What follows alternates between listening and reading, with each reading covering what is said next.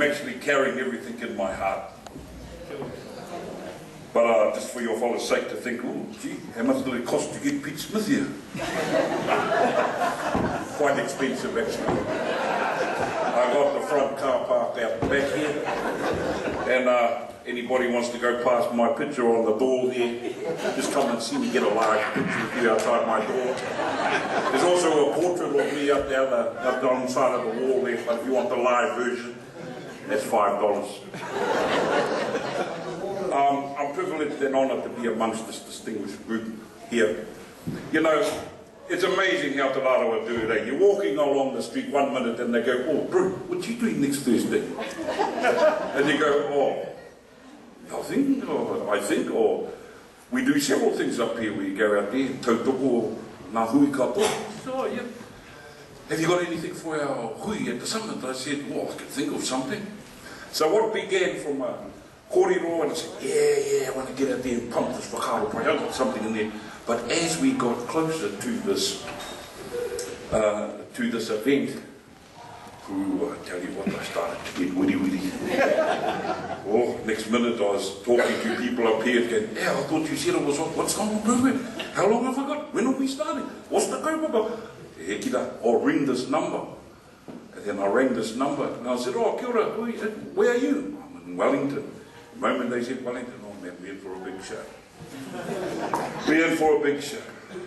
And I had to apply my whakaaro play to the situation, because as we kept getting closer, I kept getting more nervous.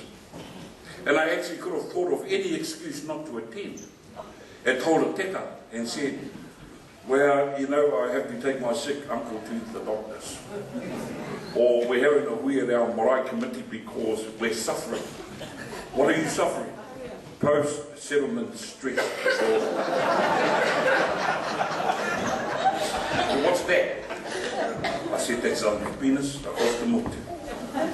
But I'd like to apply whakaaro pai to that, because I believe there's a lot of our whānau suffering post-settlement stress disorder at the moment. But in saying that, whānau, I'll get a jig along in sharing this experience of whakaaro pai. Just another component and contribution to the welfare of our people. But let me begin by taking you on a little journey. I said this to my partner, and she said, oh, are you trying to scare them away? And I said, oh, just practicing.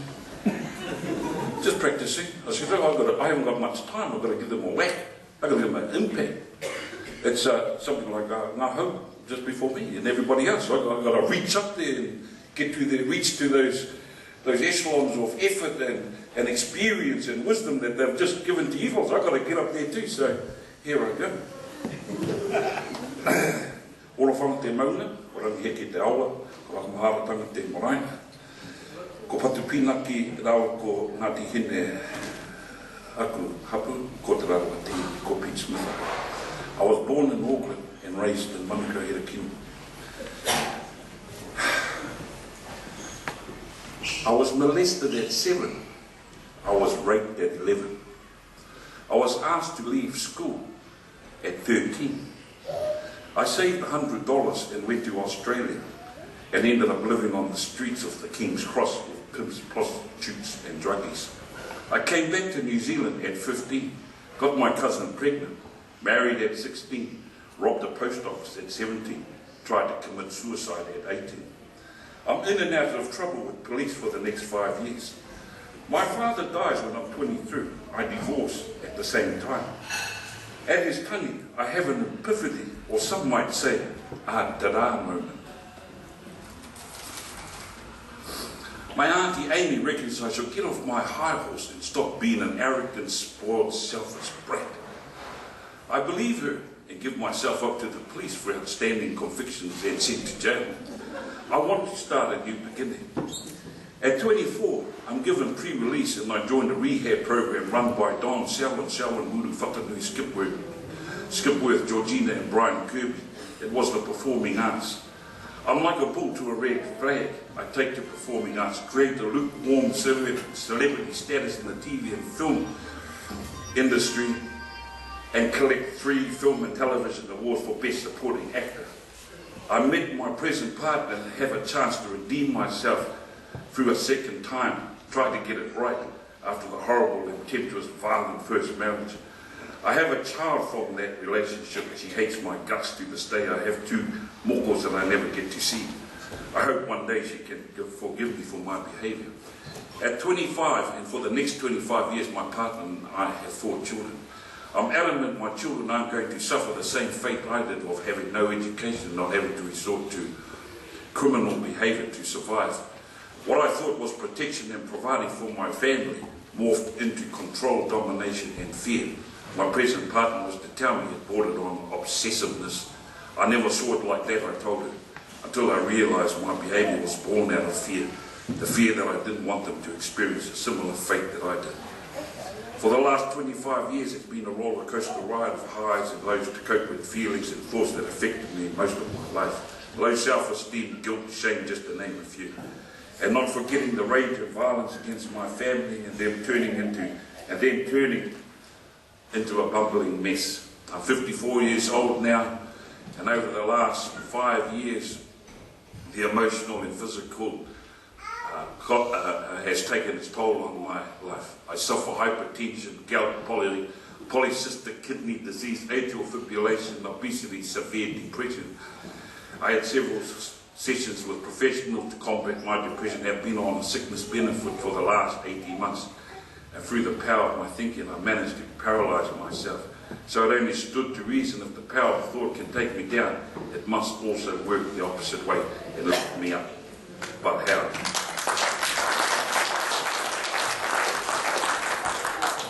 Enter Dr. Tom Mulholland. After the 3rd visit this year of attending the A&E for atrial fibrillation, I met a doctor who introduced me to a new medicine. It's called healthy thinking. In the space of the time it took me to read his book, he wrote, I was relieved of this burden, this weight, this taumata I've been carrying for the last 40 or so years. Friday the 7th of September will forever be remembered by me as the day I was freed of this burden. It was a simple formula. Anybody who can count from 1 to 4 can utilise it. And through that, and if it can do that for me, and my upbringing, and how I had to cope, and to tautoko our ngā I stayed here in Rarawa and figured it out. Because I love Rarawa. I figured it out. How do I overcome this taumata? With the help of this doctor and the book I read, I managed through. Now, all those ailments have either declined or I'm not anywhere near those levels that in the last 5 years, that's how long they've given me to live. 5 years. It was 5.5 years ago. So I'm still here and felt better for it. So, for as many experiences that I've had through my life, with the help of Dr. Tom Mulholland, introducing me to the limitless potential that can be achieved through healthy thinking, applied how I did this afternoon in arriving and not being afraid to come, because the healthy part of it was, okay, I'll use this time to stand up here in front of people. I'll use this time to experience talking in front of a group. I'll use this time to share what's in my heart about how I feel about the Rarawa. I share in this heart that as many of my whānau who said, we don't agree with the Rarawa settlements and what they've done because we own this, we own that, we own this. I said, I still own it. We still do. We still do own it. I've taken a leaf from Joe Pody in their settlement in saying that I believe they received an apology but never accepted. And yeah, and their people are happy. Our people aren't happy. Our Rarawa people aren't happy. To this day on our own marae, they've cut our delegates off not to contribute on anything. How are we going to, in effect, grasp their strength and be part of this waka in going forward?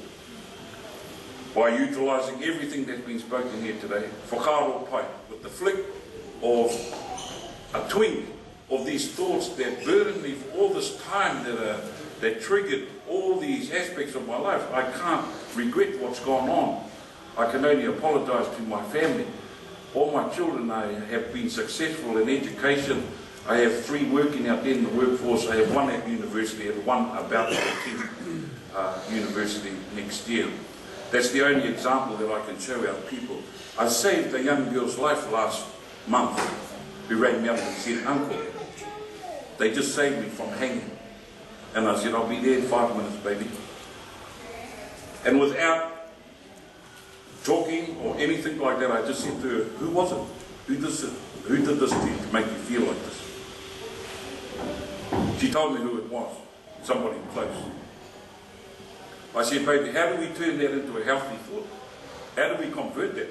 How did I convert all of that, those aspects of my life to take 40 years to get here and say, I'm a happy person. All my ailments have gone right down. My blood pressure is halfway. My love for my partner, my love for my iwi stands strong. And I'm here to share that with my people this day." I tautoko ngā hau's kōrero, I stayed and figured it out. As we speak, every week people are leaving our whenua. And the last ones that left our little valley of Manukau, I said to them, "Oh bro," and I teased them and I said, "You know, when you go over to Australia and you walk around over there, you might have money in your pocket. But when you're back here, you might be pohara, but you walk around on your whenua, a rangatira. What would you choose? Be rich in a foreigner in someone else's land, or be pohara and a rangatira on your own and stay here and figure it out?" I want to figure this out. I want to figure out bringing Whakaaro pai not only to our families, but to our children, just by the flick of a switch. And that's all it took for me to come down to change my whole perspective, to shift my mindset, to actually conduct myself in a way that I can share that experience with others and say, as you all are aware of what's going down lately, they're calling Kaitaia the pedophile capital of New Zealand. We never had that in my time. We just carried on and did what we had to do. But as I got older, I've been relevant to that now to be able to help our children and families to overcome not just those things. The closest comparison I can, before I end in saying that the closest comparison of utilising Whakaaro pai healthy things, but a twink of your thoughts, was a story about Hori and Hemi. Hori and Hemi were chosen by their iwi. They were the next up and coming. They showed prowess in all the fields of mātauranga, te reo, battle, warriors. And their iwi had chosen them to attend the sacred wharewananga. And on their way, they did. On their way to this wharewananga, they came across a little village.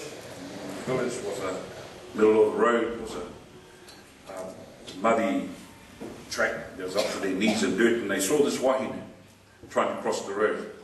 Hori went over and picked her up and carried her across and put her down, and they carried on their journey to their wharewananga. Hemi said to him 5 hours later, "Oh, gee, you really belittled us by touching another common person. You shouldn't have lifted her up. We were tapu. They blessed us and they sent us on our way to the higher level of learning, this mātauranga, and you've gone and desecrated the spirit of this mahi that we're onto." And he looked at Hori looked at him and he goes, "Yeah, I just picked her up and carried her across the street and put her down. Have you been carrying her for the last 5 hours?" So in saying that Whakaaro pai gave me the ability and the thought to be proud of that past. It might shock some people. That's why my wife said to me, "You got to go there and freak them out, or they might turn around and tell you to shut up and get out of here." I said, "No, I'm going to come here and tell you." That was the ability and the strength of Whakaaro pai, put in such a way, so simple, to relieve ourselves of a whole host of grief that can benefit, that will benefit us as a iwi, us as a people, for the world.